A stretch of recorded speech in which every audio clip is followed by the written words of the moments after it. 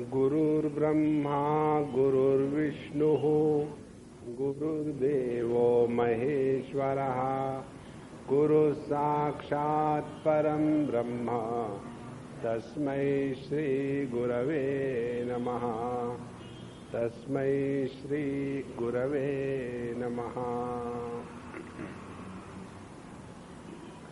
एक बार यदु महाराज गंगा किनारे घूमने निकले। ये भागवत की कथा है और वो आते हैं एक अवधूत को मिलने के लिए। वहां देखते हैं एक अवधूत जो भगवान दत्तात्रेय महाराज थे अपने मस्ती में लेटे हुए हैं और मानो जैसे हम लोगों के चेहरे से पता चलता है कि अंदर में साइकोलॉजिकल इंडाइजेशन, मेंटल एसिडिटी अपने आंखों से बाहर आती है, उसी प्रकार से उनके चेहरे से, आंखों से, पूरे बदन से आनंद की मस्ती बाहर आ रही थी। तो जो आदमी दुखी होता है ना, किसी सुखी को देख करके डबल दुखी हो जाता है ऐसा क्या करे। तो यदु महाराज निकले अपने राज्य की परेशानी से और जब देखा कि ये महात्मा मस्त पड़े हुए हैं, पता नहीं किस चक्की का आटा खाते हैं, शक्ति भोग आटा, ऐसे मस्त क्यों है। तो क्योंकि यदु महाराज सत्संगी थे, उन्हीं के कुल में भगवान कृष्ण का अवतार हुआ था। उन्होंने पूछा कि महात्मा जी, आपके पास ना तो बीबी है, ना तो बच्चे हैं, ना धन दौलत है, न राज्य है, ना नौकर चाकर है, ना गाड़ी बैल घोड़े है, इतना सब होते हुए भी आप इतने मस्त क्यों हैं, कैसे है। तो उन्होंने कहा इसीलिए मैं मस्त हूं। जिनके पास दुनिया की सब दौलत हो उससे मन के शांति का, अपने अंतःकरण के स्थैर्य का कोई संबंध नहीं है। तो उनकी बैठक कैसी हुई इतनी पक्की। किमासीत व्रजेत किम, ऐसा कौन सा आसन आपने ग्रहण किया है महाराज कि जिसके कारण आपकी प्रज्ञा एकदम अव्यभिचारी है, आपकी प्रज्ञा कभी भी डावाडोल नहीं होती, आपकी समझ में कोई प्रॉब्लम नहीं आता। देखो ये दो चार शब्द जो है इसको ठीक से समझ लेना। एक तो है बुद्धि, जिसके द्वारा सच क्या है झूठ क्या है इसका विवेक हो सकता है। दूसरी है प्रज्ञा। प्रज्ञा वो है कि हमारे अंतःकरण में समझ जागृत हो जाती है। जैसे हमने सच क्या है झूठ क्या समझ लिया और समझने के बाद हृदय में समझ जागृत हो गई, तो उस समझ के साथ, समझदारी के साथ जब हम जिएंगे तो हमारे बुद्धि के द्वारा जो विवेक किया गया है उसका प्रभाव जीवन पर आएगा। तो अपनी प्रज्ञा या समझ निष्ठावान होने के लिए ऐसा कौन सा आसन ग्रहण करना चाहिए, ये बात यदु महाराज ने दत्तात्रेय भगवान को पूछी। उन्होंने कहा कि मैंने ये सभी बातें अपने गुरुओं से सीखी। और बोले जो आम लोग होते हैं, ऑर्डिनरी पीपल, दरिद्री, उनको बड़ी मुश्किल से एक लुंगी और एक कुर्ता होता है, और जो महाराजा होते हैं उनके पास कितने कपड़े होते हैं।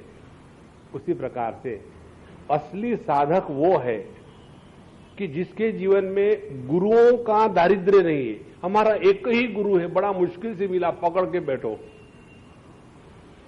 नहीं। कहते हमारे 2 दर्जन गुरु थे, दर्जनों में बात है। और फिर बताते हमने इन गुरुओं से ये सब बातें सीखी और सीखने के कारण हमारी बैठक निष्ठा में पक्की हो गई। तो यह स्थित प्रज्ञ पुरुष किस प्रकार से अपने समझ को टिका के रख सकता है, उसकी बैठक क्या है, ये बताने के लिए भगवान 61वें श्लोक में प्रसंग चलाते हैं तानि सर्वाणि संयम्य युक्त आसीत मत्परः वशे हि यस्येन्द्रियाणि तस्य प्रज्ञा प्रतिष्ठिता। पहले भगवान ने इंद्रियों का नियमन, उसके बाद अपने इंद्रियों का नियमन होने के बाद अपने मन के शक्ति का नाश, जो विषय भोगों में हो रहा था, उसको हमने बंद कर दिया। तो शक्ति इकट्ठी होने लग गई अपने देह में, अपने अंतःकरण में। अब इस शक्ति का विनियोग क्या करेंगे हम? तो इस शक्ति को हमने प्रभु के चिंतन में लगा दिया। इस प्रकार से केवल विषयों का त्याग करके ही अंतःकरण से विषय नहीं हटते। जब हमारे मन को विषयों से बढ़कर के कोई और अच्छी चीज प्राप्त हो जाती है, तब जाकर के वो विषयों की चक्कर में नहीं फंसेंगे। उसके बाद उन्होंने बताया है कि यदि हम अपने जीवन के नियम के पक्के ना हो, तो नियम के पक्के नहीं होंगे तो कितना भी पढ़ा लिखा हो, हम फिर लुढ़क जाते हैं। ये बात बताने के लिए उन्होंने 60वें श्लोक में कहा, यततो यपि कौन्तेय पुरुषस्य विपश्चितः इंद्रियाणि प्रमाथीनि हरन्ति प्रसभम मनः। देखो, एक अम्मा हमको मिली कुछ दिन पहले और उन्होंने हमको ये समस्या अपने सामने रखी। स्वामी जी, आपको अम्माएं मिलती है क्या? आप कभी भी आदमियों का उदाहरण नहीं देते। ये भी प्रश्न मुझे एक अम्मा ने ही पूछा था, मैं क्या करूं।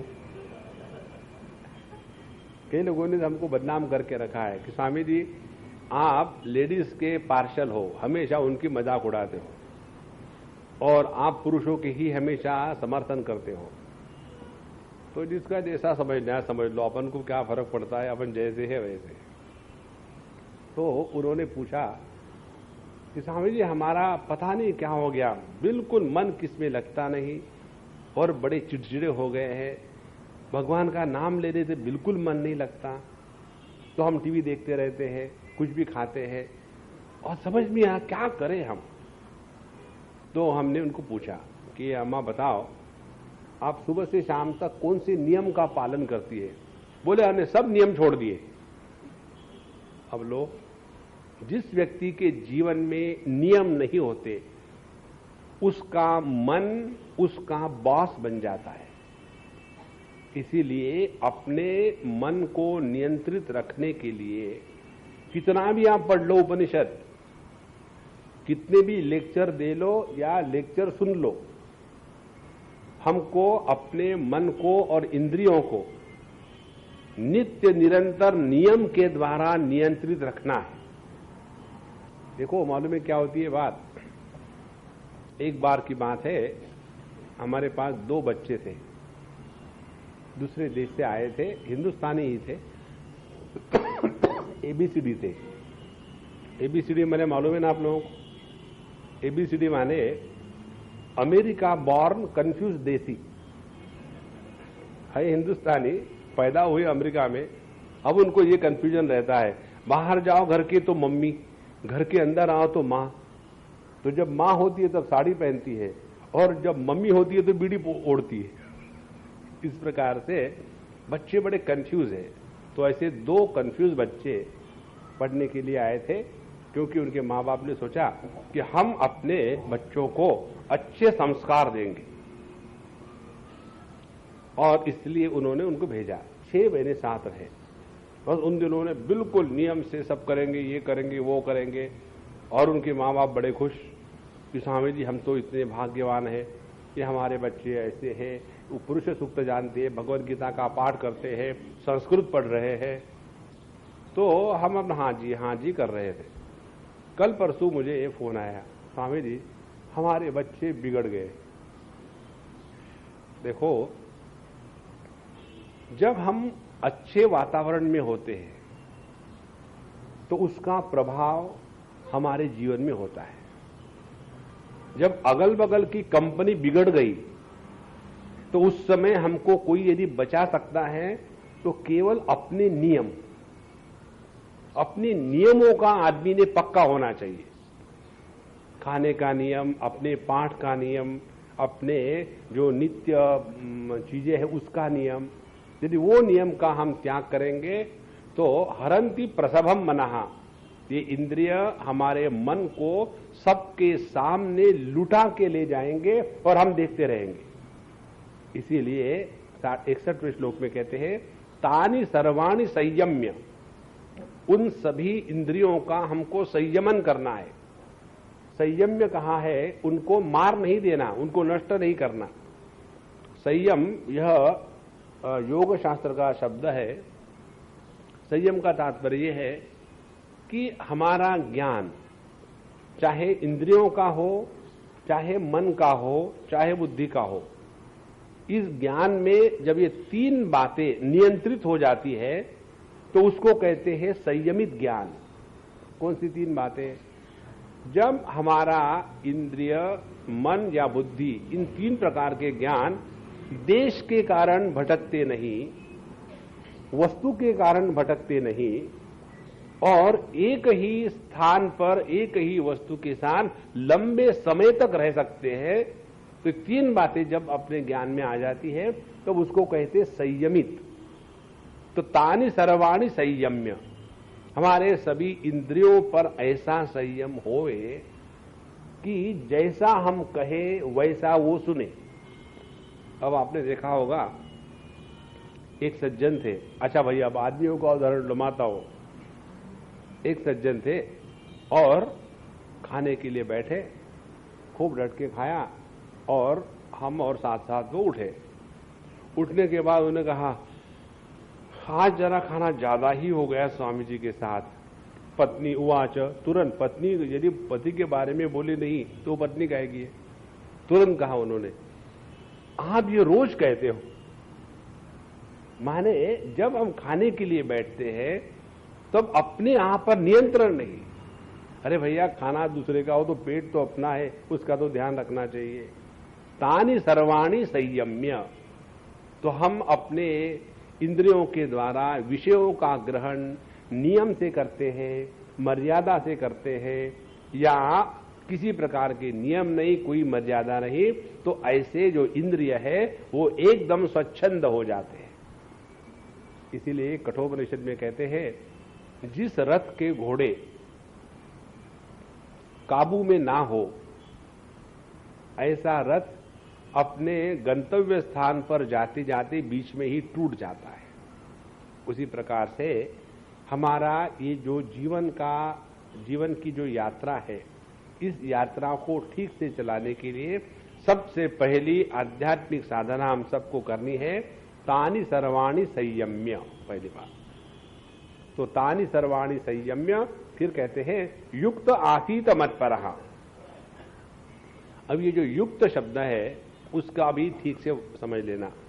युक्त माने, जैसे भक्त माने कौन? जिसके पास या जिसके हृदय में भक्ति है उसको कहते हैं भक्त। उसी प्रकार से जिसके समझ में, बुद्धि में युक्ति है उसको कहते हैं युक्त पुरुष। युक्त की परिभाषा भगवद गीता में 3-4 जगहों में आती है। यदा विनीतम चित्तम आत्मनि एव अवतिष्ठते, हमारा जो नियंत्रित चित्त है वो जब अपने स्वरूप में निष्ठा प्राप्त करता है, तो यदा विनीतम चित्तम आत्मनि एव अवतिष्ठते निस्पृहा सर्व कामेभ्यः, फिर उसके हृदय में किसी भी कामना के प्रति कोई भी स्पृहा माने किसी प्रकार की आसक्ति नहीं है। ऐसा जिसका हृदय हो गया तब उसको युक्त पुरुष कहते हैं। अब देखो इसको जरा सूक्ष्मता से सुनो, एकदम बात एक क्षण में समझ में आएगी भैया। परमात्मा और हम जीवात्मा, इन दोनों के बीच में का जो ब्रिज है, जो पुलिया है, वो है बुद्धि। यदि ये बुद्धि व्यभिचारी होकर के जगत के विषयों के साथ भटकने लग गई तो जीवन भर दुख ही दुख है। और वही बुद्धि यदि परमात्मा के चिंतन में लग गई तो जीवन में सुख ही सुख है।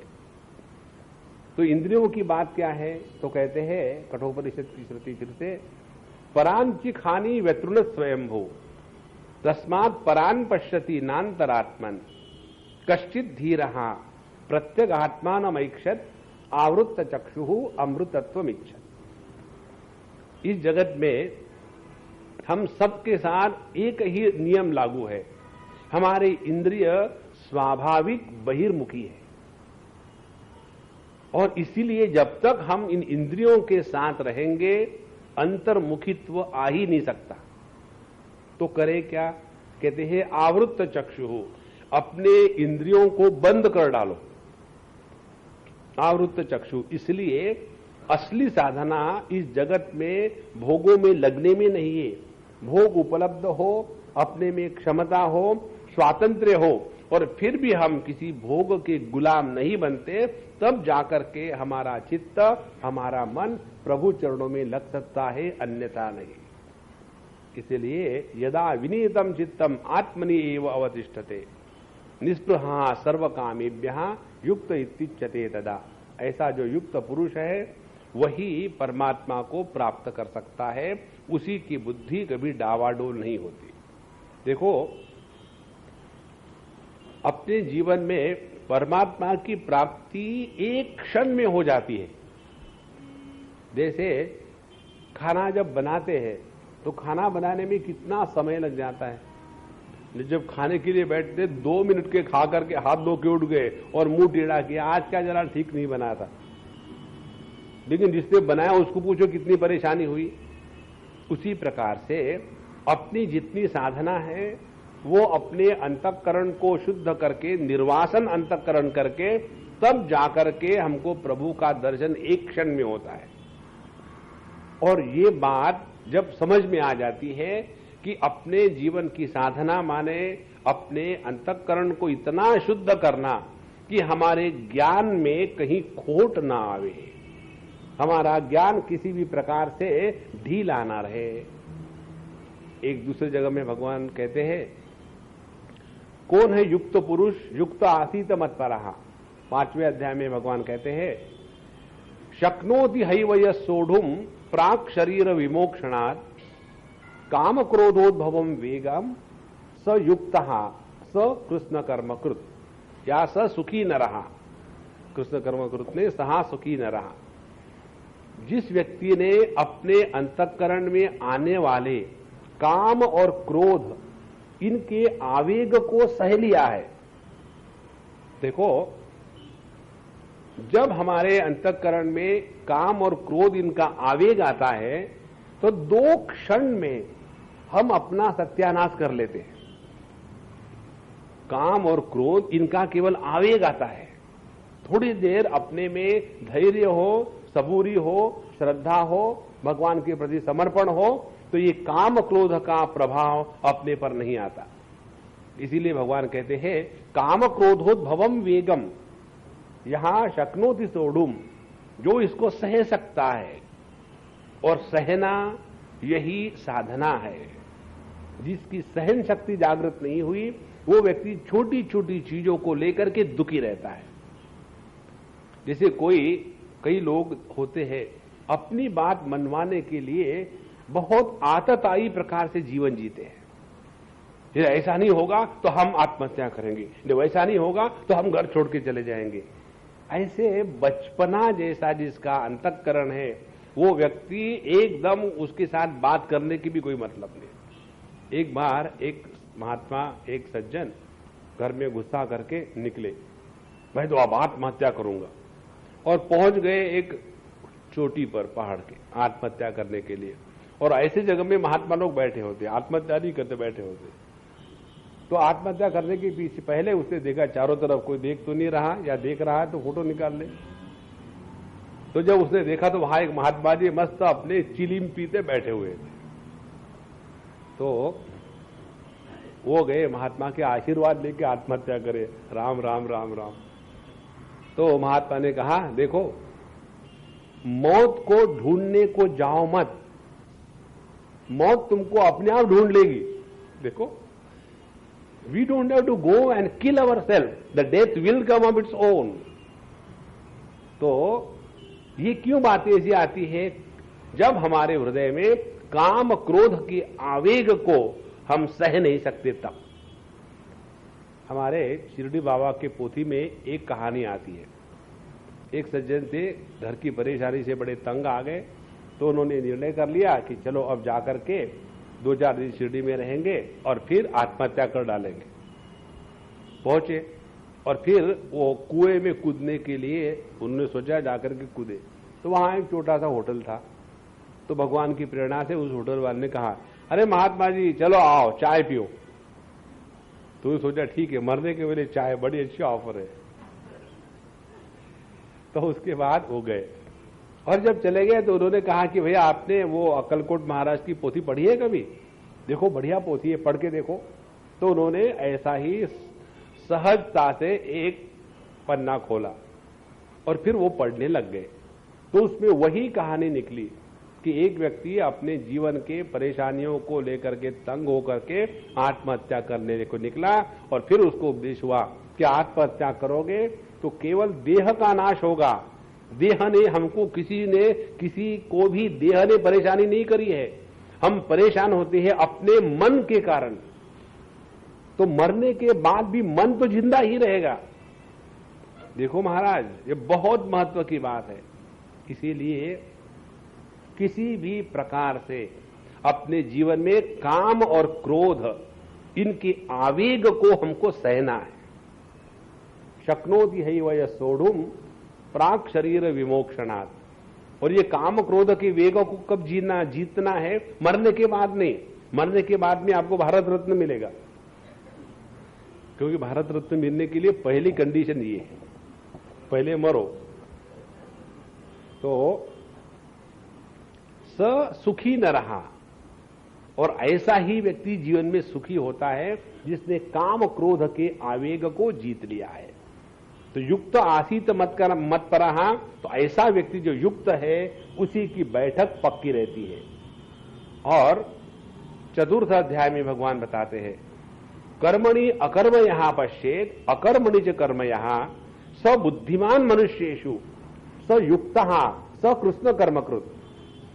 जिस व्यक्ति ने अपने जीवन में कर्म करते समय आनंद का अनुभूति की है, कर्मणि अकर्म यहां पश्येत, और अकर्मणि च कर्म यहां, और जिसने अपने जीवन से ये निकम्मापन गलत है ऐसा समझ करके इसका त्याग कर दिया है, वही लोगों में बुद्धिमान है, वही युक्त है, और उसी ने अपने जीवन को कृतकृत्य बनाया है।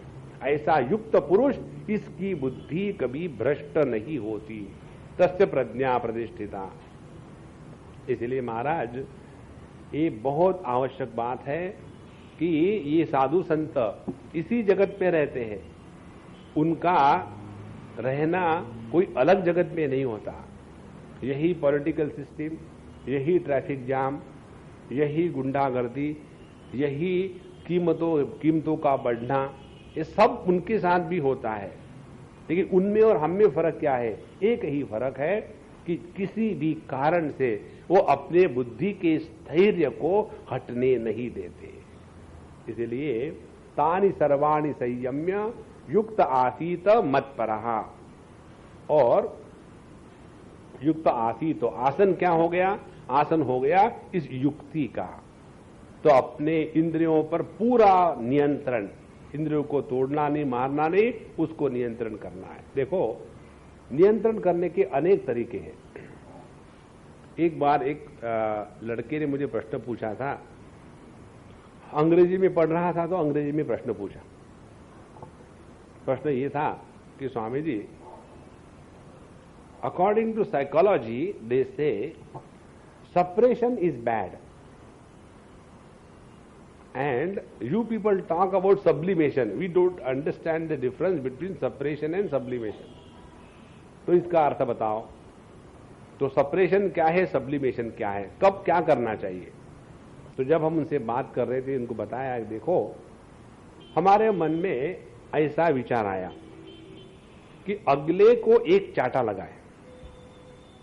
विचार तो कुछ भी आ सकता है, आ गया तो उसको सप्रेस मत करना, क्योंकि साइकोलॉजी बताती है कि अपने मन में जो विचार आते हैं, कामना जो आती है, उसको सप्रेस मत करना, जाके चाटा लगा।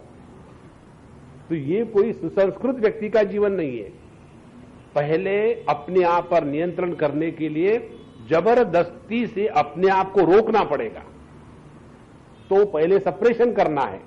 उसके बाद अपने मन को सिखाना है कि किस प्रकार से इस सप्रेशन के द्वारा हमने अपने आप को बचाया है, तो फिर वही सप्रेशन फिर सब्लिमेशन में कन्वर्ट हो जाता है। इसीलिए तानि सर्वाणि संयम्य युक्त आसीत। तो अपना आसन क्या है जिसके द्वारा हम इस स्थित प्रज्ञ की स्थिति में हमेशा रह सकते हैं? तो अपने इंद्रियों पर पूरा का पूरा 100% नियंत्रण। अब देखो कितने हम लोग अपने जीवन में अपने ही पर कोसते हैं कि मैंने क्यों ऐसा कहा। इसलिए कहा कि हमको अपने जिह्वा पर नियंत्रण नहीं है। एक जगह की हम बात बताते, एक लड़के के साथ प्यार कर रही थी, दूसरा काम नहीं था तो वो प्यार करते हैं। तो उसके बाद वो जो उस लड़के के माता पिता थे, अच्छे घर के, लड़का भी बड़ा अच्छा लंबा चौड़ा, दिखने के लिए बड़ा अच्छा सुंदर, और जिस लड़की से उसने प्यार किया तो वो लड़की उस लड़के की इतनी सुंदर नहीं थी ऐसा उस लड़की के मां ने सोचा। अब लैला मजनू में लैला कोई सुंदर थी क्या? कितनी कुरूप थी वो। लेकिन ये मां को बात समझ में नहीं आई, तो उसने कहा उस लड़की को शादी के पहले कि बेटा तुमको लव मैरिज करना है तो हमको कोई आपत्ति नहीं, लेकिन कोई अच्छी तो लड़की ढूंढ के ले आते। ये क्या ले आए तू, कह दिया। उसके बाद उस लड़के ने शादी उसी लड़की से की, मानेंगे नहीं, शादी उसी से करेंगे। अब शादी होने के बाद अब उनकी उम्र, वो बच्चों की उम्र अब हो गई कम से कम 20 साल उनकी शादी को हो गए। 20 साल तक वो बहू अपने सास को उसी एक वाक्य से छलती है। कुछ भी हो जाए वही, हाँ हम आपके जैसे सुंदर थोड़ी है। एक वाक्य उसके मुख से निकल पड़ा, उसके कारण पूरे जीवन में एक ही लांछन वो मरते दम तक रहेगा। इसका कारण क्या है कि हमको अपने इंद्रियों पर नियंत्रण नहीं। तानि सर्वाणि संयम्य युक्त आसीत। अब इंद्रियों पर नियंत्रण यदि करना है तो क्या आवश्यकता है? पहली आवश्यकता, जगत के वस्तु व्यक्तियों में जो हमारी महात्म्य बुद्धि बन गई है उस महात्म्य को हमको घटाना है। भगवान कहते हैं विवेक चूड़ामणि में, विरज्य विषय व्रातात दोष दृष्टया मुमुर्मुहु स्वलक्ष्ये नियतावस्था मनसहा शम उच्यते। हम अपने मन को ऐसा सिखावे कि इस जगत के विषयों में क्या क्या दोष है। हम सबको भगवान ने ये बड़ी दान की देनगी दी हुई है कि हम सब में दोष देख सकते हैं, भगवान में भी दोष देखते हैं। तो ये हमारी जो दोष दृष्टि है उसका त्याग नहीं करना। इसी दोष दृष्टि के द्वारा जगत के वस्तुओं में विषयों में दोष देखो। जब उसमें दोष देखेंगे तो अपने आप उनकी महात्म्य बुद्धि कम हो जाएगी और उसका हम त्याग कर देंगे। और जब जगत के विषयों के प्रति त्याग हो गया तो अपने आप मन खुला हो गया। अब ये जो मन है अब वो मत परहा परमात्मा में लग सकता है। तो दो बातें हो गई, एक जगत से मन को उपरत करना और दूसरे उस मन को मत परहा परमात्मा में लगा देना। अब देखो हम लोगों के जीवन को, अपने आप के जीवन को देखो। जब हम बच्चे थे तब हमारी कौन सी प्रायोरिटी थी? फिर हम टीनेज हो गए और फिर थोड़े बीच में मिडिल एज हो गए उस समय हमारी क्या प्रायोरिटी थी? उस समय यदि जवानी में कोई हमको कहता है कि चलो सत्संग सुनेंगे, बूढ़े हो गए क्या सत्संग सुनने के लिए? चलो गीता जी के प्रवचन सुनेंगे, क्या हम मरने को आए क्या गीता जी का प्रवचन सुनना है? इस प्रकार से हम उन वस्तुओं को तिरस्कृत करते थे। पर जैसे जैसी उम्र बढ़ी, चारों तरफ से धक्के मिले, तो हमारे कन्हैया के पास आ जाते, स्वामी जी, स्वामी जी। जब ये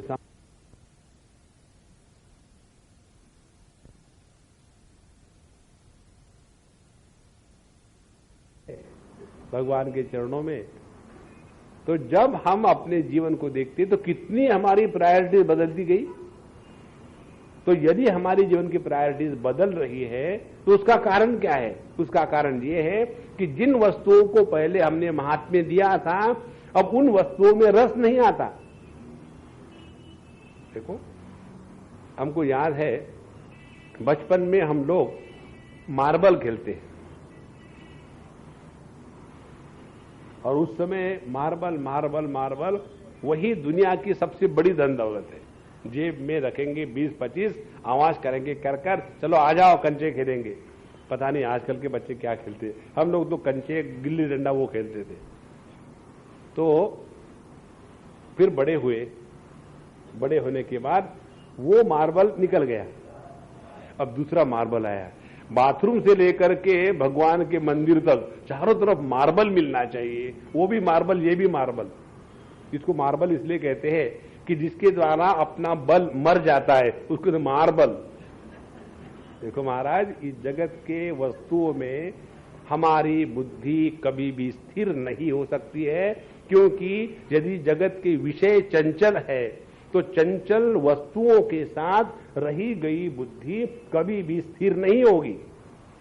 इसीलिए मत पराहा। हमारी मीराबाई कहती थी कि मैं ऐसे वर को क्या वरूं जो जन्मे और मर जाए। हम तो ऐसे वर को वरेंगे कि जिसमें अंत नाम की कोई बात नहीं है। मत पराहा, जिसने अपने जीवन में इस तत्व को समझ लिया है कि सत्य यदि कोई है तो इस जगत की वस्तुएं नहीं है, केवल परमात्मा मात्र है। ये समझ जिस दिन आ गई, समझ लेना हम स्थित प्रज्ञ हो गए। जैसे जिन व्यक्तियों के हृदय में सत्संग की महिमा वास्तविक जागृत हो गई, उनका सत्संग को आना भिन्न प्रकार का होता है। और जो अपने घर में शांति रखना चाहते हैं, इसलिए सत्संगों को आते हैं, उनका सत्संग को आना दूसरे प्रकार का होता है। सत्संग के द्वारा शांति तो मिलती है।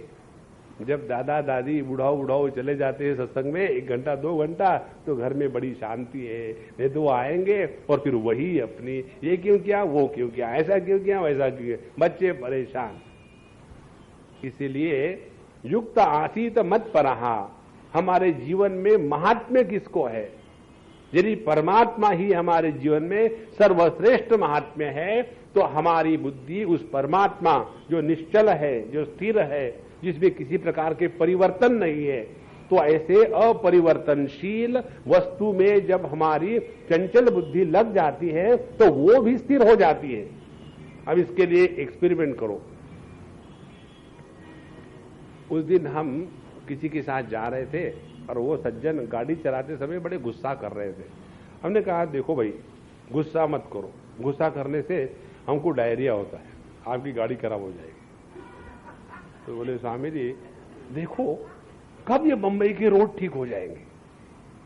तो हमने कहा कि क्या रोड में खराबी है, सभी तो ठीक है, इतनी गाड़ियां जा रही। बोले हर जगह देखो गड्ढे, ऐसे लगता है कि ग्रेवयार्ड बना के रखा है सबको वहां दफनाने के लिए। हमने कहा देखो अब आपके पास समय होगा तो चलो हम जाते हैं वर्ली सी फेस पर। वहां गए हम लोग। उसी समय हमने कहा आप उतरो गाड़ी के नीचे, अब आकर के ये समुद्र की तरफ देखो 2 मिनट शांत होकर के, और मुझे बताओ आपने क्या देखा। और फिर उन्होंने 2 मिनट देखा और बोले यहां भी वही है, इतनी लहरें आ रही जा रही, लहरें आ रही जा रही। तो हमने कहा बहुत बढ़िया है, अब अपने आंखों को उठाओ और आकाश में देखो, और वहां भी 2 मिनट भी देखना, ज्यादा नहीं। जहां उन्होंने अपने आंखों को आकाश में लगाया, जहां ना तो कोई बादल था, ना तो कोई चिड़िया थी, ना तो कोई ट्रैफिक था, ना तो कोई हवाई जहाज था, ऐसे आकाश में जो स्थिर है, निश्चल है, जिसमें कोई परिवर्तन नहीं है, ऐसे स्थान पर जब हमने अपनी दृष्टि लगाई तो दृष्टि भी अपनी एकदम शांत हो गई ना।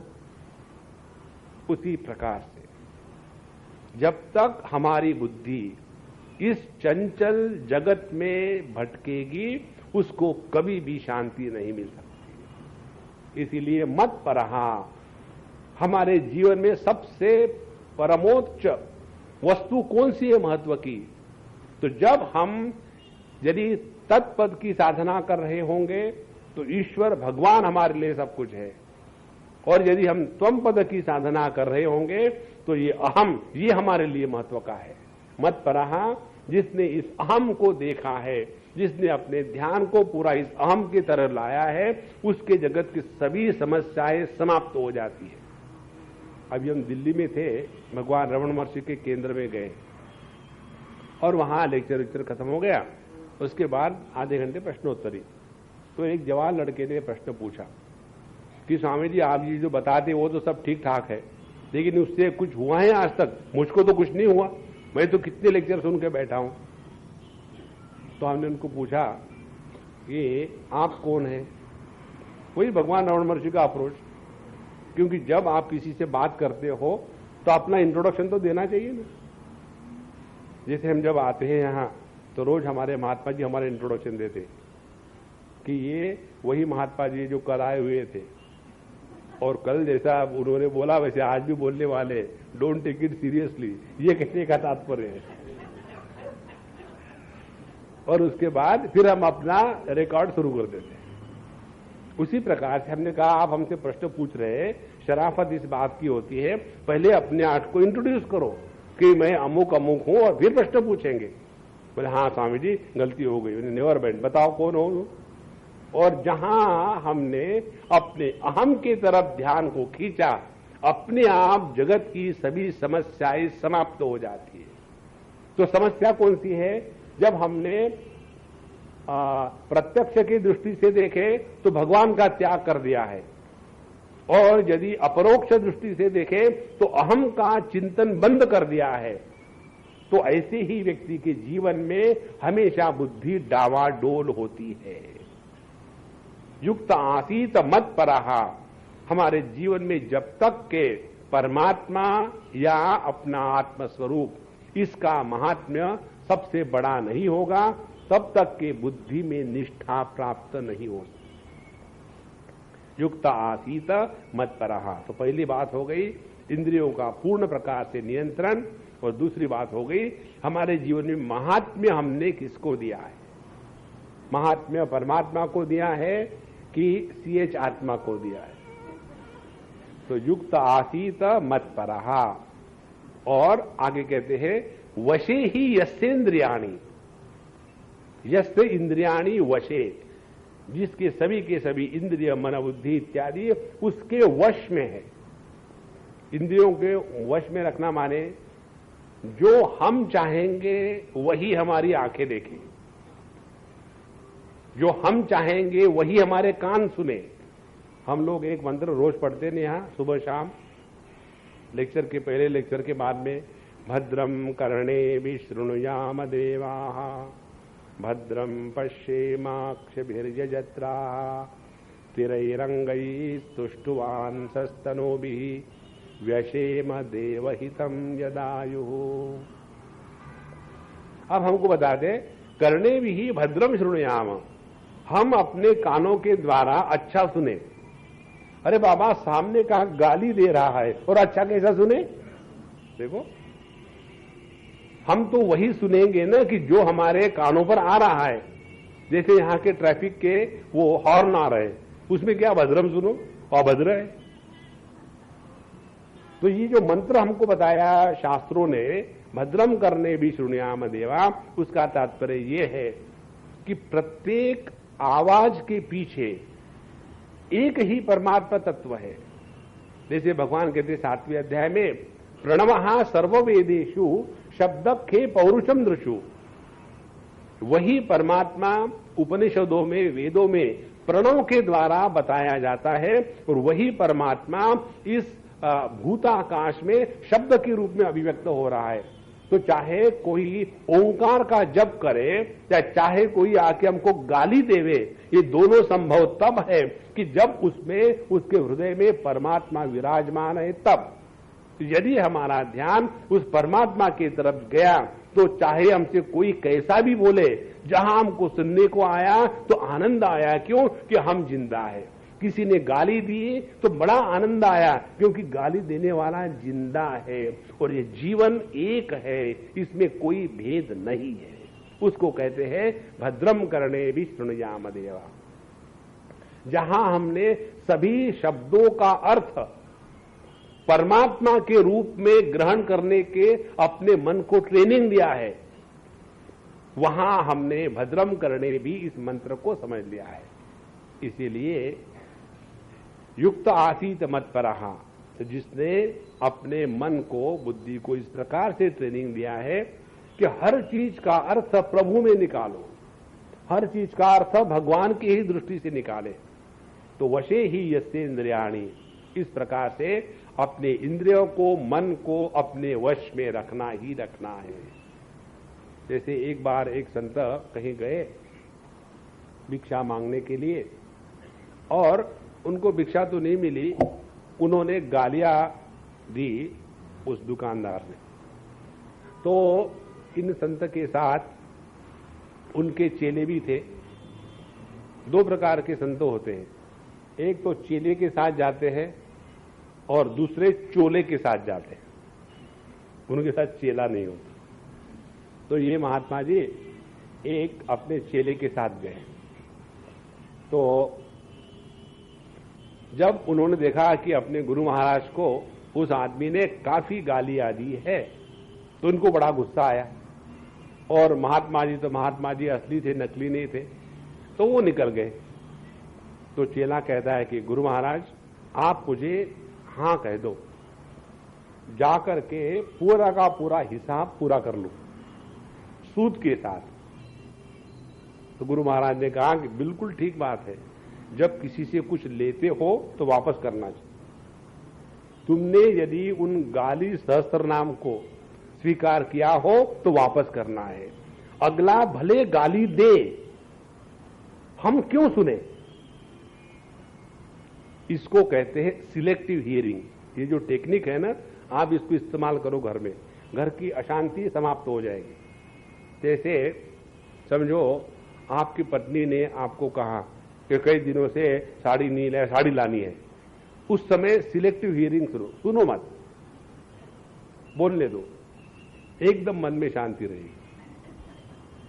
उसी प्रकार से इस जगत में क्या सुनना है, क्या नहीं सुनना है, ये स्वातंत्र जब हमारा हो जाता है, तब हमारे इंद्रिय हमारे नियंत्रण में आ गए। कुछ तो लोग कहेंगे, लोगों का काम है कहना, कहेंगे। आप इस जगत में देखेंगे एक भी व्यक्ति ऐसा नहीं है कि जिसके बारे में अच्छे बुरे शब्द किसी ने ना कहे हो। आज हम सुबह भागवत की कथा बता रहे थे, उस समय ये विचार आया कि भगवान कृष्ण का जीवन देखो, कितनी परेशानी है, कितने उनके ऊपर लांछन हुए, अभी भी लोग उठाते हैं। भगवान कृष्ण राम जी का जीवन देखो, उनके जीवन में कितनी परेशानियां और कितने लोगों ने उनको गालियां दी। उस समय भी धोबी था, आज भी है, वो हमेशा रहेंगे। तो यदि उन बड़े बड़े अवतारों के जीवन में इतनी बुरी समस्या आई, और यदि हमारे भी जीवन में समस्या आ रही है, तो अपन का भी चांस है रामकृष्ण बनने का। देखो, इसीलिए वशे ही यस्येन्द्रियाणि, हमको अपने इंद्रियों पर नियंत्रण रखना है, इसमें दूसरी राय नहीं रखनी।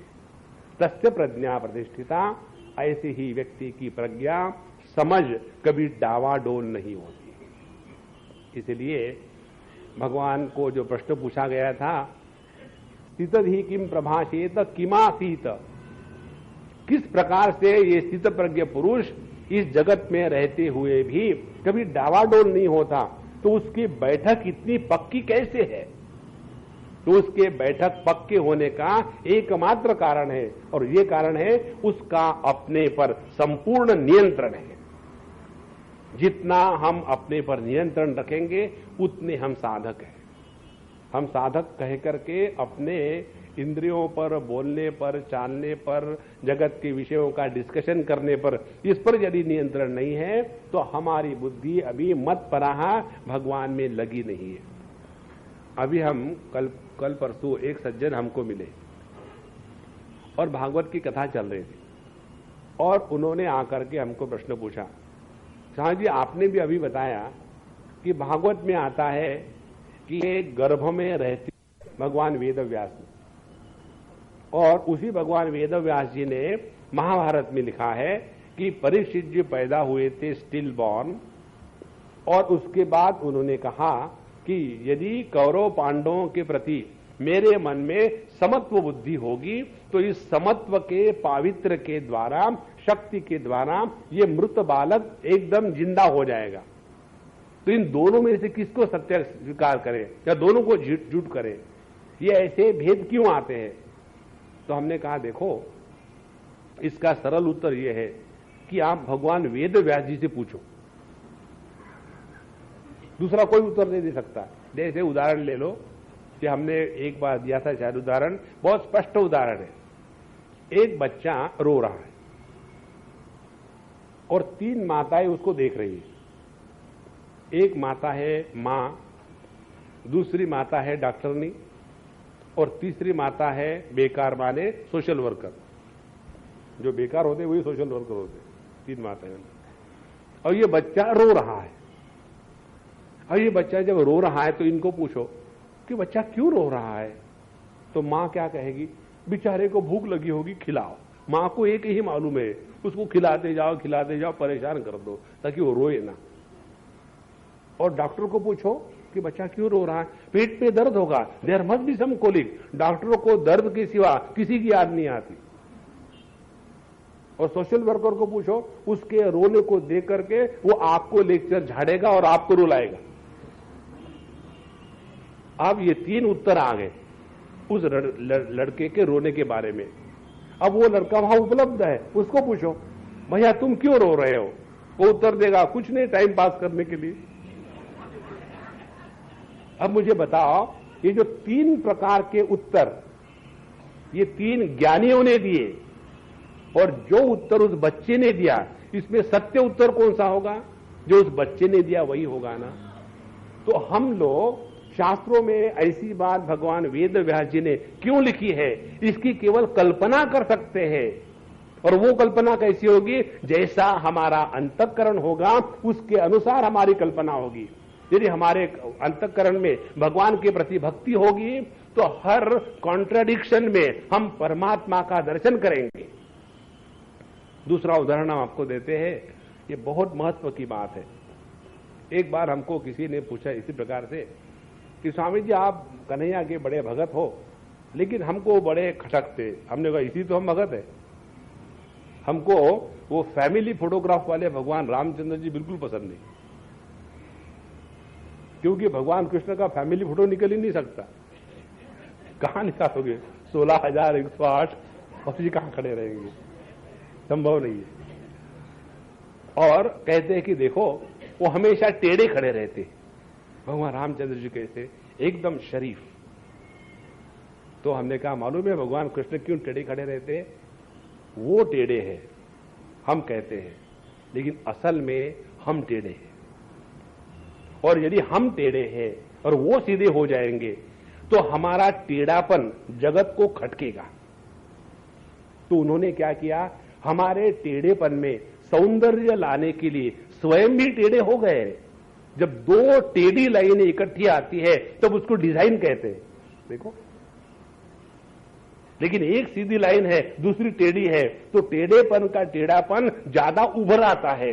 भगवान तो हमारे लिए स्वयं टेढ़े इसलिए बने कि हमारा टेढ़ापन उसमें भी सौंदर्य आ जाए।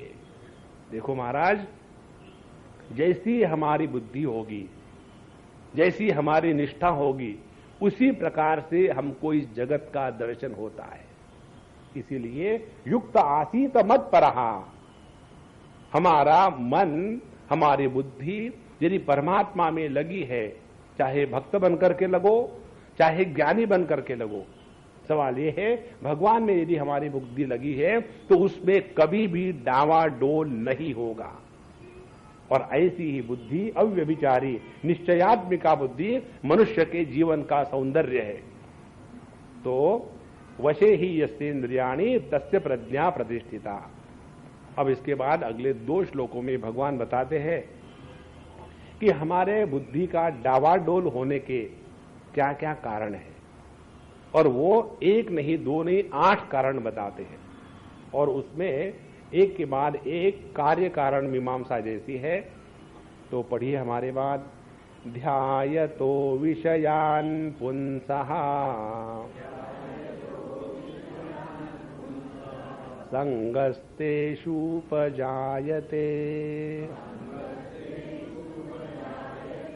संगात् संजायते कामः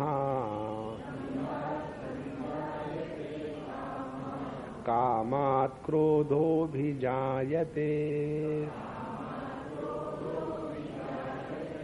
क्रोधात् भवति सम्मोहः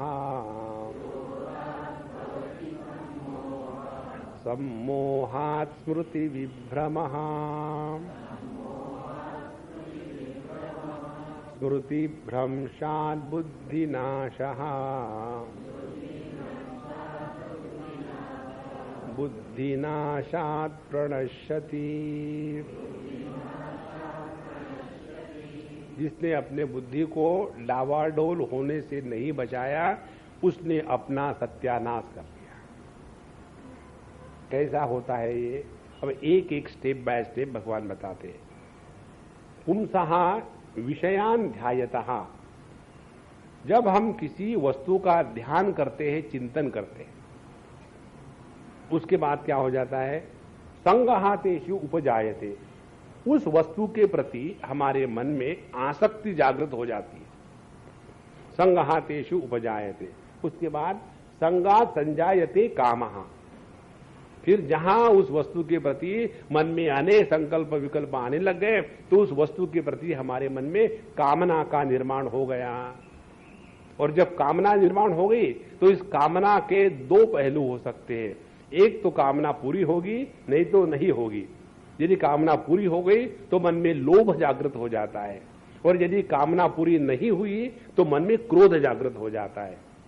तो कामात् क्रोधो विजायते, और जब क्रोध जागृत हो गया तो क्रोधात् भवति सम्मोहः, फिर मोह अपने आप क्रोध का अपत्य अपने हृदय में निर्माण हो गया। और फिर सम्मोहा स्मृति विभ्रमः, जिसको मोह हो गया है वो अपने सभी ज्ञान को भूल जाता है। और फिर स्मृति भ्रंशात् बुद्धिनाशः, उसके बुद्धि का जो स्थैर्य है वो टूट गया, और जिसके बुद्धि डावाडोल होने लग गई, बुद्धिनाशात् प्रणश्यति। ये 8 स्टेप्स यहां दिए। अब इसको एक एक को ठीक से समझे। पहले कहते हैं ध्यायतो विषयान पुंसः।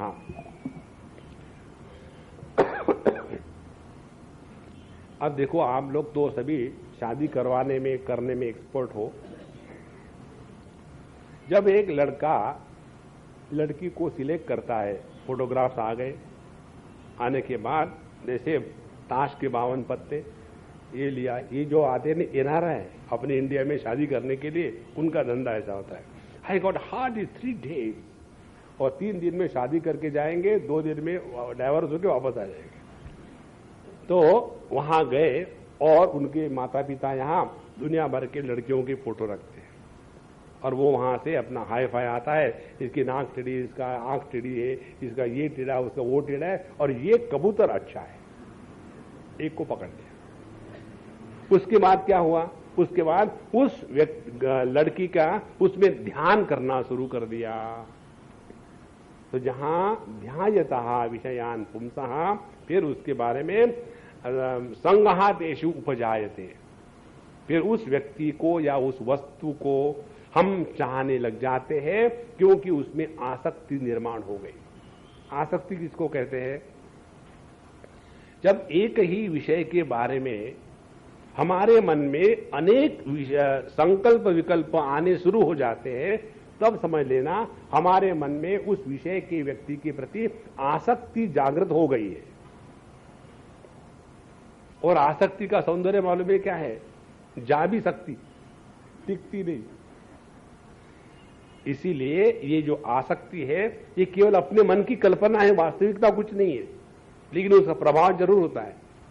तो पहले ध्यायतः विषयान पुंसः, पहले हम विषय का ध्यान करते हैं, उसके बाद उसका चिंतन करते करते उसमें आसक्ति मन में आ जाती है। और जहां मन में आसक्ति हो गई तो उसका प्रभाव यह है कि हमारे मन में कामना का निर्माण हो गया। तो कामना कैसी निर्माण होती है? किसी भी वस्तु के बारे में जब संकल्प विकल्प हृदय में आने लग जाते हैं तो उस वस्तु के बारे में कामना निर्माण होती है। कैसे? जैसे एक जगह हम कार्टून देख रहे थे, उसमें पति अपने पत्नी के बारे में बताता है कि हमारे पत्नी को क्या खरीदना है। ये जब किसी दूसरे के घर में जाकर के कोई वस्तु को देखती है तब याद आता है, मैंने वास्तविक जरूरत नहीं उसकी, उनके वहां वो है तो हमारे यहां क्यों नहीं। और उस प्रकार से संकल्प विकल्प मन में आना शुरू हो गए। तो जितने हमारे मन में किसी वस्तु को लेकर के संकल्प विकल्प ज्यादा आएंगे, उतनी हमारी कामना ज्यादा जबरदस्त होगी।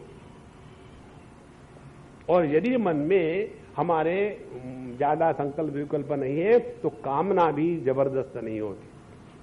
तो संकल्प करना यदि हमने छोड़ दिया तो कामना का रोग हृदय में नहीं आएगा। संकल्प किसको कहते हैं? सम्यकत्व की कल्पना को संकल्प कहते हैं। सम्यकत्व की कल्पना माने किसी वस्तु में सौंदर्य को देखना, किसी वस्तु में कोई ऐसी बात देखना कि जिसमें उपयोगिता है, किसी वस्तु में भोग की बुद्धि होना, किसी वस्तु में आनंद की कल्पना करना, ये सब बातें जो है उनको कहते संकल्प विकल्प। तो पहले तो हमने अपने मन के द्वारा उस वस्तु को देखा, देखने के बाद कोई समस्या नहीं। इसीलिए एक संत जी ने बहुत बढ़िया बात बताई, इस जगत में किसी भी वस्तु का एक बार दर्शन करो, दूसरी बार ना करो, तो वो वस्तु का प्रभाव अपने अंतःकरण पर नहीं होता। सबसे पहला जो इंटरैक्शन हमारा होता है जगत के साथ, उस समय हमारा अंतःकरण दर्पण के जैसा होता है। और जब दूसरे बार, तीसरे बार, चौथे बार उसी वस्तु के साथ हम लगे रहे तो फिर उस वस्तु के संस्कार हमारे मन में होने लग जाते हैं और उस संस्कारों से प्रेरित होकर के फिर हम उस वस्तु को चाहने लग जाते हैं। तो यहां मन में संकल्प विकल्प निर्माण हुए और उसके कारणवश अब संगा संजायते कामः, मन में काम माने इच्छा या कामना जागृत हो गई। अब ये जब कामना मन में जागृत हो गई तो हमारी सभी कामनाएं पूरी हो ऐसा प्रत्येक व्यक्ति को लगता है, लेकिन प्रत्येक व्यक्ति की सभी कामनाएं पूरी नहीं हो सकती। ये इस जगत का नियम है। इसीलिए हमारे कामना के दो पहलू हैं। यदि हमारी कामना अत्यंत हल्की हो तो ये daddy I want to get married to that girl, है डोंट गेट मैरिड, ठीक है, नहीं तो नहीं। माने उस लड़की के प्रति इतनी जबरदस्त कामनाएं नहीं थी, इसीलिए नहीं तो नहीं, दूसरे से कर लेंगे शादी, क्या फर्क पड़ता है। तो जितनी हमारे मन में ज्यादा कामना होगी उतना ज्यादा क्रोध होगा। क्रोध किसके प्रति होगा? जिस वस्तु के कारण या जिस व्यक्ति के कारण हमारी कामना पूरे होने में व्यत्यय आ गया है, उसके प्रति वही कामना का रूप बदल जाता है और उसी को क्रोध कहते हैं। और जिसके हृदय में जो कामना है वो समझो पूरी हो गई, तो एक कामना पूरी होने के बाद हम चाहते हैं दूसरी कामना पूरी होवे। अब ये इसके बारे में दूसरा उदाहरण समझ लो। आजकल पैसों की कमी नहीं है और बच्चों की कमी है। पहले कैसा होता था, थोड़ा सा तनख्वाह, थोड़ा सा पैसा और घर में आधा दर्जन पौन दर्जन बच्चे आराम से होते थे। इसीलिए कोई भी चीज बच्चे मांगते थे, है जरूरत नहीं, खराब है, होटल में मत जाना, अपने घर में नहीं मिलता क्या। तो इस प्रकार से बच्चे बचपन से ये सीख लेते थे कि ना सुनना पड़ता है जीवन में। और आजकल की स्थिति क्या हो गई, एक फैमिली में बड़ा मुश्किल से 0.3 बच्चा, पूरा भी नहीं, हम स्टैटिस्टिकल भाषा कर रहे हैं, तो एक फैमिली में 1 या 2 या 1.5 या 2.5 भी नहीं, हम और हमारा आधा, एक बच्चा। अब पैसे बहुत है, अब वो क्या करेंगे, दोनों मां बाप उस बच्चे की हर इच्छा को पूरी करेंगे, हर इच्छा को। वो कहता है हमको ये चाहिए, अच्छा ले आओ, उसके साथ 2 दिन खिलेगा, फेंक देगा। हम कितने घरों में जाकर के देखते हैं, इन बच्चों के खिलौने इतने इकट्ठे हो जाते हैं, और कोई भी बच्चा एक खिलौने के साथ 5 मिनट, 10 मिनट, 1 घंटा, 2 घंटे, हद हो गई 2 दिन, फिर उसके प्रति तिरस्कार हो जाता है उसका। लेकिन उसके द्वारा हम उस बच्चे की आदत बिगाड़ रहे हैं, ये मां बाप का प्यार समझ नहीं सकता। वो तो यही सोचते हैं, जब हम बच्चे थे हमको खिलौने की चित्र भी नहीं मिलते थे, इसीलिए हम अपने बच्चों के माध्यम से अपना जो बचपना है फिर जी लेते हैं। और फिर उन बच्चों को एक बार दिया, दूसरी बार दिया, धीरे धीरे उनका ऐसा चरित्र बन जाता है कि उनके मन में लोभ जागृत हो गया, जो मैं चाहता हूं वो होना ही चाहिए। और जब मैं चाहता हूं जो होना ही चाहिए, ऐसी भावना जागृत हो गई, इसी को कहते लोभ। और ये लोभ व्यक्ति को ऐसा बना देता है कि किसी प्रकार का विचार करने को तैयार ही नहीं। और फिर ये बच्चा बड़ा हो गया, स्कूल में गया, कॉलेज में गया, और वहां उसको अपने जीवन में पहली बार जब ना सुनने को मिलता है तो वो उस समय टूट जाता है। हम आपको एक उदाहरण देंगे, वास्तविक है, हम हमेशा ही झूठ नहीं बोलते, कभी कभी सच भी बोलते। एक लड़की, बंबई की ही बात है, और एक लड़का, और दोनों पढ़े लिखे। लड़की थी साउथ इंडियन और लड़का था पंजाबी, और दोनों का प्यार वीर हो गया। वो बंबई, दिल्ली से लड़का यहां आता था, और उसकी मंगनी हुई, बड़ी पार्टी वगैरह सब हो गई। और उस पार्टी में, मंगनी की पार्टी में, उस लड़की ने अपने जो दोस्त थे, लड़कियां दोस्त, उससे अपने होने वाले पति को मिलाया। और वो जब उसने यहां की और सुंदर सुंदर लड़कियां देखी तो उसमें से एक को पटा लिया और उसके साथ शादी भी कर ली। और ये लड़की एंगेजमेंट करके एंगेज ही रही, शादी की बात ही नहीं। और जब उस लड़की को ये बात समझ में आई तो उसको इतना शौक बैठा, इतनी पढ़ी लिखी लड़की, 2-4 दिन की नहीं, कोई 26-27 साल की उसकी उम्र थी, एकदम वो शौक के कारण एकदम छोटे बच्चे के जैसा व्यवहार करने लग गई। कॉलेज में प्रोफेसर थी, उसको फिर वहां से निकाल दिया, और अनेक प्रकार की दवाई कुछ हुआ नहीं, तो फिर हमारे पास पहुंचे। तो जब आए पिता और वो लड़की दोनों आए, तो उन्होंने हमको बताया, स्वामी ऐसा हुआ है, इसको कोई देखिए। तो हमने कहा पहले हम इससे बात करते, फिर आपसे बात करेंगे। और जब उससे हमने बात शुरू कर दी, मैंने कहा भाई तुम्हारा नाम क्या है? तो जैसे 5 साल की लड़की बोलती है, स्वामी जी मेरा नाम कविता है। 26 साल की लड़की ऐसी बात कर रही। फिर उसको पूछा कि तुम क्या पढ़ी लिखी हो? हम अंग्रेजी, मैथमेटिक्स ऐसी बोलने लगे। What is your mother tongue? My mother tongue is Punjabi, क्योंकि वो पंजाबी की साथ शादी होनी थी। इस प्रकार से वो उस ना के शौक को सह नहीं सकी। इसीलिए महाराज अपने जीवन में हमेशा सभी कामनाएं पूरी जब नहीं होती नो, तो समझ लेना भगवान की असीम कृपा है।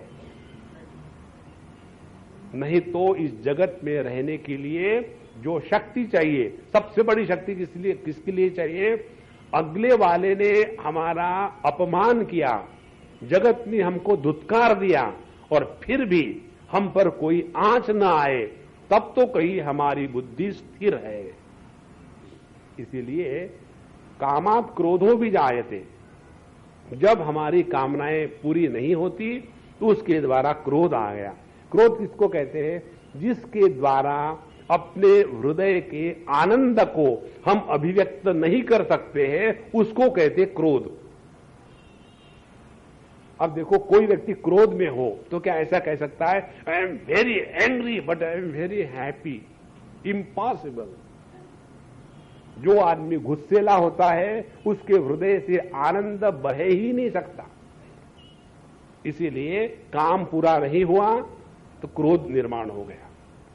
और दूसरी बात, कामना यदि हमारी पूरी होती गई तो धीरे धीरे धीरे धीरे हमारे मन में लोभ हो जाता है और हम चाहते हैं कि हमारी प्रत्येक कामना पूरी हो। ऐसा नहीं होता बाबा, लेकिन ये बात समझ में नहीं आती। और दोनों का परिणाम क्या है? क्रोधात भवति सम्मोहः, अपने हृदय में सम्मोह का निर्माण हो गया। सम्मोह किसको कहते हैं? सम्मोह कहते हैं कि हमारे मन में भिन्न प्रकार की विचारधाराएं हैं। ये भी मालूम है, वो भी मालूम है, ऐसा करने से ये होगा, वैसा करने से वो होगा। जानकारी सब कुछ है, लेकिन उसका योग्य प्रकार से निर्णय लेने की जो क्षमता है वो क्षमता समाप्त हो गई।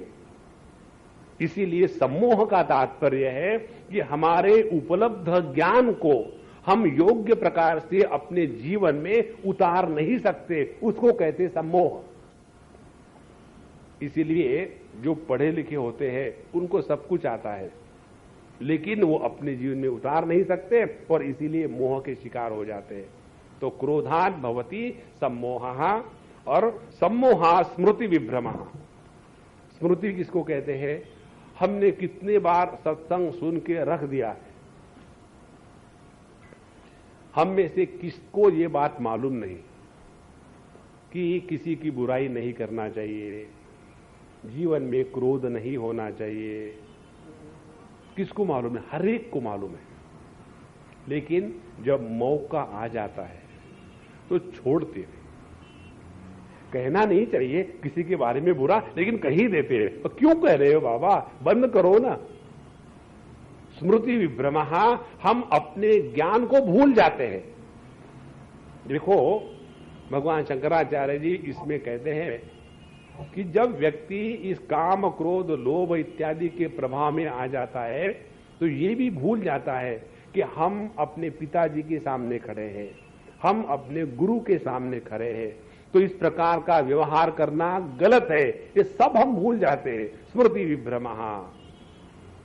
और जब हमारा ज्ञान हमारे आवश्यक समय के समय उपलब्ध ना हो तो वो ज्ञान क्या काम का? जैसे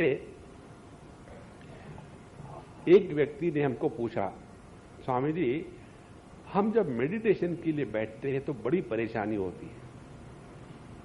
तो हमने कहा कि आपने ठीक से बोला, हमने अध्ययन सब कुछ कर दिया है, भगवद गीता पढ़ी है, उपनिषद पढ़े हैं, ब्रह्मसूत्र पढ़ा है और सब कुछ किया है, लेकिन ध्यान नहीं होता, क्या करें? तो हमने कहा यदि आपने सभी शास्त्रों का अध्ययन ठीक से किया है तो ध्यान नहीं लगता, ये हो ही नहीं सकता। तो हमने कहा ठीक है, हम आपको पूछेंगे, क्योंकि आप हमको पूछ रहे हैं तो हम आपको पूछेंगे। जब आप हमको पूछ रहे हैं तो आप हमको गुरु के रूप में स्वीकार कर रहे हैं क्या? ना, आपने तो शास्त्रों का अध्ययन किया है ना। तद विज्ञानार्थम गुरुमेवाभिगच्छेत्। जब तक के हम किसी को गुरु के रूप में स्वीकार नहीं करते, अगला हमको कुछ बताता नहीं। भगवद गीता में जब अर्जुन ने कहा शिष्यस्तेहम शाधिमाम त्वाम प्रपन्नम, उसके बाद भगवान ने उपदेश करना शुरू कर दिया है। तो महाराज आप हमको गुरु के रूप में स्वीकार करने को तैयार हो गया, फिर आगे बात करेंगे। Swami ji you are really witty. I am not witty, I am serious. लेकिन क्या जरूरत है क्या इसकी? हमने कहा महाराज आप ही तो कहते शास्त्रों का अध्ययन किया है, तद विज्ञानार्थम गुरुमेवाभिगच्छेत् समित पाणि श्रोत्रियम ब्रह्मनिष्ठम। तो किसको पढ़ाया आपने वो सब ज्ञान? इसीलिए जब हमारे पास ज्ञान इकट्ठा हो गया और वो ज्ञान यदि हमारे आवश्यकता के समय पर काम में न आए तो उस ज्ञान का केवल बोझा बन जाता है। और फिर हमने उनको पूछा आगे कि महाराज अच्छा ये बताओ, आप भगवान के नाम का जप तो करते हो गए? बोले वो तो मैंने कभी किया ही नहीं। बोले आप बताओ जप कैसा करते हैं? अब बताओ, जो ये क्लेम करता है हमने प्रस्थान त्रयी का अध्ययन किया है, लोगों को पढ़ाया है, हमारे अंडर में 4 से PhD निकल चुके हैं, लेकिन वो आज तक ये नहीं जानते कि भगवान का नाम लेने की पद्धति क्या है, तो स्मृति विभ्रमः। इसलिए महाराज जब ज्ञान अपने जीवन में उतरता है तब उसको हम अनुभूत करते हैं आनंद के रूप में, और जब ज्ञान हमारे जीवन में उतरता नहीं तो उसको हम अनुभूत करते हैं दुख के रूप में। देखो, हमने खाना खा लिया जलेबी का और हमको उल्टी हो गई, दूसरे आदमी ने ढोकला खाया और उसकी भी उल्टी हो गई, और तीसरे आदमी ने ये कौन सा है झुनका भाकर केंद्र, वहां से झुनका भाकर खाया, लेकिन उसको उल्टी नहीं हुई, उसने वो खाने को ठीक से पचा लिया। इन तीनों में श्रेष्ठ कौन है? जिसने जलेबी खा के उल्टी करी, जिसने ढोकला खा के उल्टी करी, कि जिसने जो खाया वो पचाया? तीसरा श्रेष्ठ है ना। उसी प्रकार से हमने शास्त्रों का अध्ययन किया, पब्लिक को बताने के लिए धड़ाधड़ हो रहा है। अरे महाराज, वो अपने जीवन में पचा कि नहीं पचा? और जब ये ज्ञान हमारे जीवन में पच जाता है तब स्मृति का भ्रंश कभी नहीं होता। इसलिए शास्त्र कहते हैं नायमात्मा प्रवचनेन लभ्यः न मेधया न बहुना श्रुतेन यमैवेश वृणुते तेन लभ्यः तस्यैष आत्मा विवृणुते तनुम स्वाम। जब हमको परमात्मा को छोड़ करके और कुछ चाहिए ही नहीं जगत में, तब जाकर के परमात्मा अपने रहस्य को भक्त के सामने अपने आप खोल देता है। फिर उसके जीवन में जगत को लेकर के काम क्रोध लोभ मोह मद मात्सर्य स्मृति भ्रंश ये सभी की सभी अड़चनें अपने आप निकल जाती है। इसीलिए सम्मोहा स्मृति भ्रमः स्मृति भ्रंशात बुद्धिनाशः। बुद्धिनाश किसको कहते हैं? परमात्मा को तो नाश होगा ही नहीं। बुद्धिनाश किसको कहते हैं? हमने अपने आप को क्या समझ के रखा है? हमने अपने आप को देह बुद्धि से स्वीकार किया है तो हम अपने आप को स्त्री पुरुष कहेंगे। तो देह का नाश होना, यही नाश हो जाएगा उस व्यक्ति के लिए। देह का कैसा नाश होगा? मेरी फिगर ही ठीक नहीं रहती, हमेशा फिगर की ही फिगर है। अरे बाबा, भगवान की फिगर करो ना, फिगर की क्या फिकर कर रही है? कभी लंबे हो कभी चौड़े हो, चलता ही रहता है। दूसरा वो है जिसने अपने क्रिया शक्ति को ही सब कुछ मान के बैठे हैं। उसके लिए नाश क्या होगा कि आप पहले मैं इतना सारा कुछ करता था, अब पता नहीं, I can not do anything. उसके लिए क्रिया शक्ति की में जो निर्बलता आ गई, वो अपने आप को नाश समझने लग गया। जो हमेशा अपने आप को मन के साथ जोड़ के रखता था, उसके लिए जब कोई अपने प्रकार की भावनाओं का प्रसंग नहीं आया तो उसको अपने मनोमय कोश का नाश, अपना नाश समझने लग जाता है। जो व्यक्ति बौद्धिक स्तर पर रहता है और हमेशा इंटेलेक्चुअल बातें करते हैं, उसकी बात ठीक से नहीं हुई तो उसको लगता अपना नाश हो गया है। और जो व्यक्ति भोग में लगा है, हमेशा आनंद चाहता है, वो यदि उसको नहीं मिला तो उसके आनंदमय कोश का नाश हो गया है। इसीलिए बुद्धि नाशात प्रणश्यति का तात्पर्य ये है, यदि हमने अपने समझ को ठीक रखा, समझ को ठीक रखने के बाद इसी देह के माध्यम से हम जगत में कार्य करेंगे। लेकिन देह में जो विकृतियां आ रही है उस विकृतियों के द्वारा हम प्रभावित नहीं होंगे, इस समझ को कहते हैं हमने अपने आप को नाश से बचाया। देखो, नहीं तो छोटी छोटी चीज को लेकर के जीवन में दुखी हो जाते हैं। बुद्धि नाशात प्रणश्यति, तो नाश किसको कहते हैं? जिस समय हमारे अंतःकरण में दुख का एक कचरा भी आ जाए,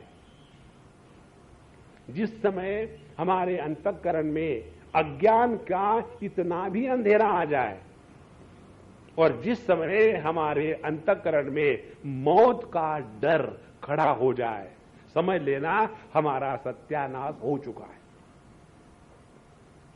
सद होने से मृत्यु हमको छू नहीं सकती। देखो भैया, एक बार की बात है, हम किसी के साथ गए थे, किसी कोई मरा था तो हम भी पहुंचे, हम तो जिंदे ही थे, हम पहुंचे। और वहां जाने के बाद अब लोग मरने तो क्या करोगे, आपने तो क्यों मारा नहीं, तो वहां जाकर के 15 मिनट बैठे बैठे और फिर वो हमको, स्वामी जी चलना है, कहीं चलो, तो नहीं तो राह देखो मेरे मरने की, अच्छा चलो। तो स्वामी जी आप यहां तो ऐसा मत बोला करो, ठीक है ऐसा नहीं बोलेंगे, मैं भी मुंह फुलाता हूं, लोग मरते हैं तो सीरियस हो जाओ ताकि आप भी मर जाओ। और फिर जब वहां से निकले तो वो हमको कहते, स्वामी जी वो और हम दोनों साथ साथ थे, पहले हमारे दादाजी चले गए, फिर हमारे पिताजी चले गए, फिर हमारी सास गई। हाँ,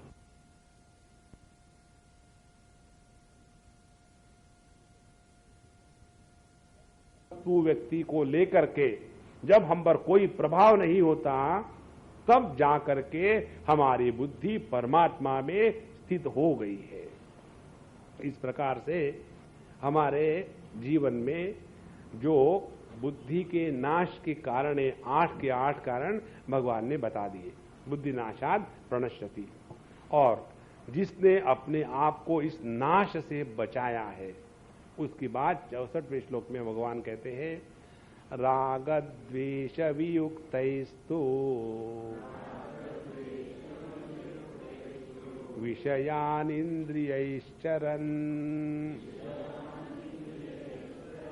आत्मवश्यैर्विधेयात्मा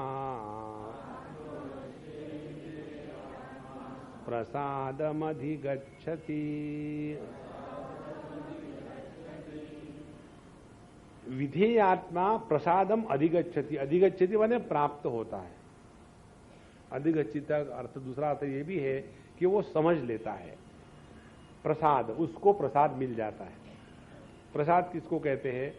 प्रसाद कहते हैं मन के प्रशांति को ही प्रसाद कहते हैं। किसको ये प्रसाद मिलता है? पहली बात, यहां इंद्रिय ही विषयानी चरण, जो अपने इंद्रियों के द्वारा इस जगत में व्यवहार कर रहा है।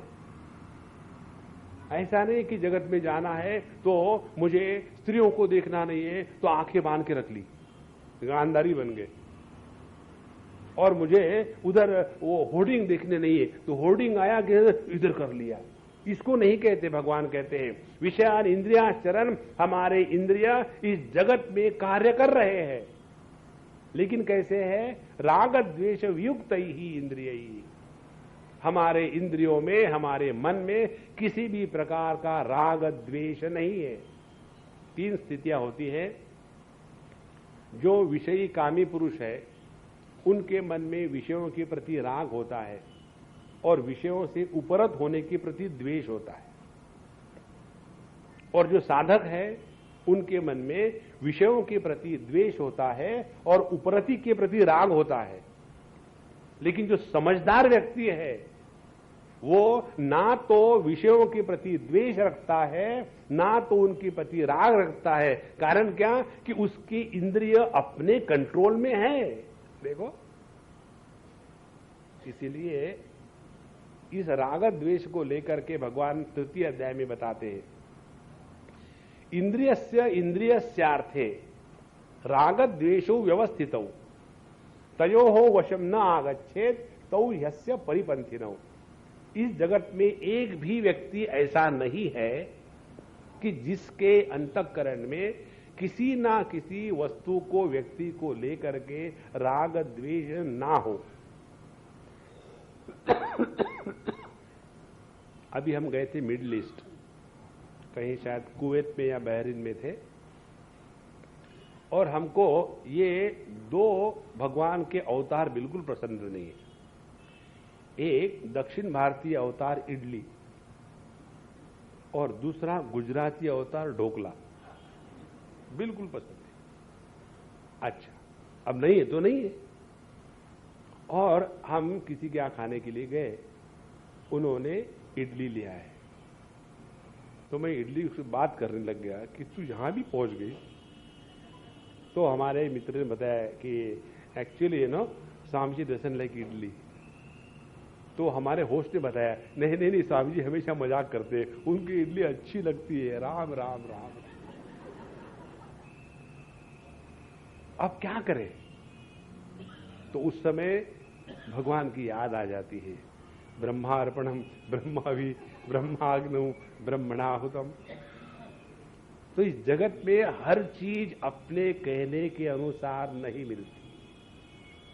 ये स्वाभाविक है कि हमको सबको कोई चीज अच्छी लगती है, कोई अच्छी नहीं लगती। लेकिन महत्व की बात क्या है?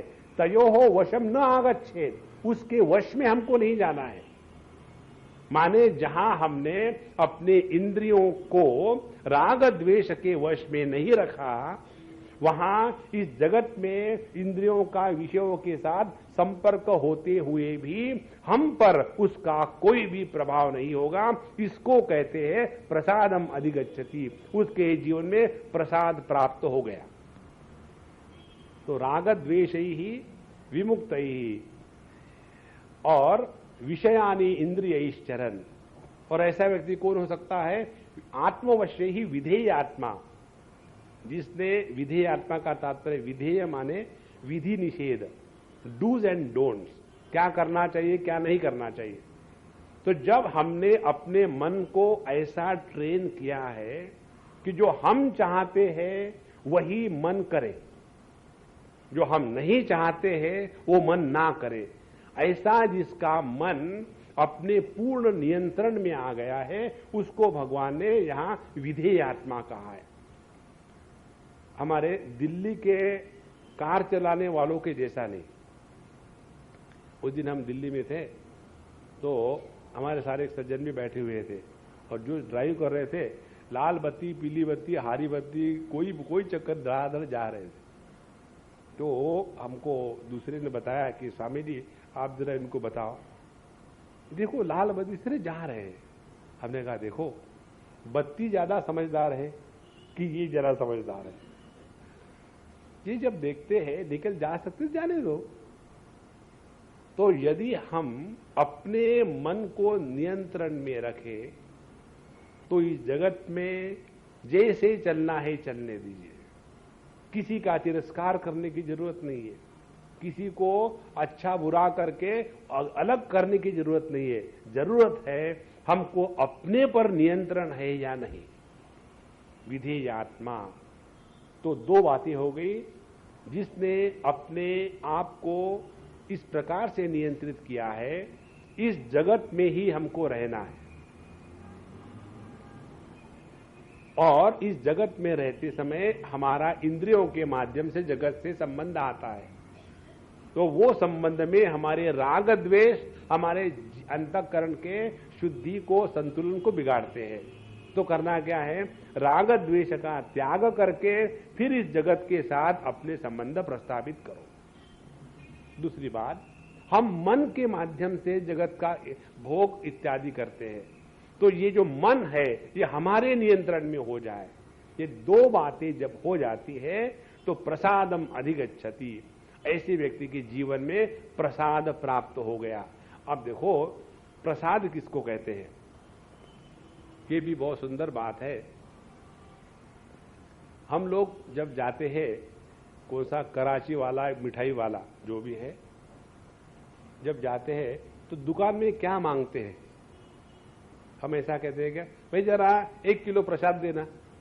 हाँ, वहां जाके कहते हैं भाई 1 किलो मिठाई देना। मिठाई लेकर के महालक्ष्मी के मंदिर में या हनुमान जी के पास पहुंच जाते हैं और वहां वो मिठाई का डिब्बा पुजारी के हाथ में दे दिया।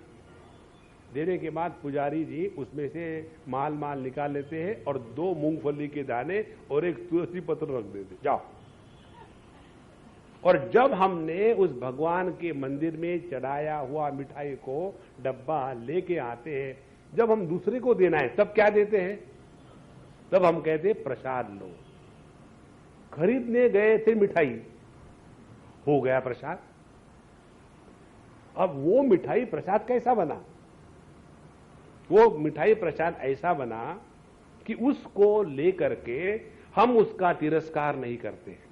जब हमको किसी ने प्रसाद दिया, हम भले डायबिटिक हो, कहेंगे देखो मुझे डायबिटीज है तो मैं थोड़ा सा खा लेता हूं, तो प्रसाद का तिरस्कार नहीं होता। दूसरी बात, प्रसाद को पा करके हम प्रसन्न होते हैं, चलो भगवान का प्रसाद मिल गया। उसी प्रकार से प्रसादम अधिगच्छति, जो व्यक्ति अपने जीवन में जैसे भी प्रसंग आ जाए, अच्छे या बुरे, किसी भी हालत में अपने हृदय की प्रसन्नता को नष्ट नहीं करता, उसी को प्रसाद बुद्धि प्राप्त हो गई है। जिसको प्रसाद बुद्धि प्राप्त हो गई है उसके बुद्धि में डावाडोल कभी नहीं होता। फिर जो हमको मिल रहा है जगत में अच्छा मिला तो भगवान की कृपा को स्वीकार करना, उसके लिए कोई साधना करने की आवश्यकता नहीं है। जब हमारे जीवन में कठिनाइयां आती है, एक के बाद एक अनेक प्रकार के संकट आते हैं, उसमें भी जब हम भगवान के अनुग्रह को देखना प्रारंभ करते हैं तब व्यक्ति प्रसन्न रहता है। इसीलिए अपने अंतःकरण के बुद्धि के संतुलन को बनाए रखने के लिए ये चीज भगवान ने बहुत ही सुंदर बताई कि अपने हृदय में प्रसाद बुद्धि जागृत करें। प्रसाद बुद्धि को जागृत करना माने जे ही विधि राखे राम ते ही विधि रहिए। हम कोई जगत में किसी को बदलना नहीं है। हमारे जीवन में जो आ रहा है उसको हम प्रसन्नता के साथ स्वीकार करें। देखो, एक तो है स्वीकार करो और दुखी हो, दूसरा है स्वीकार करो और दुखी मत हो।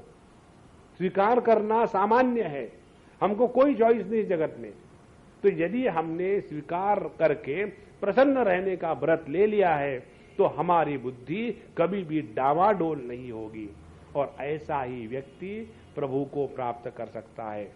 इस प्रकार से आत्मवशेर विधेयात्मा प्रसादम अधिगच्छति। अब जिसको प्रसाद बुद्धि प्राप्त हो गई उसके जीवन का सौंदर्य क्या है कल देखेंगे।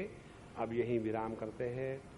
ओम पूर्णमदः पूर्णमिदं पूर्णात् पूर्णमुदच्यते पूर्णस्य पूर्णमादाय पूर्णमेवावशिष्यते। ओम शांति शांति शांति। हरि ओम। श्री गुरुभ्यो नमः। हरि ओम।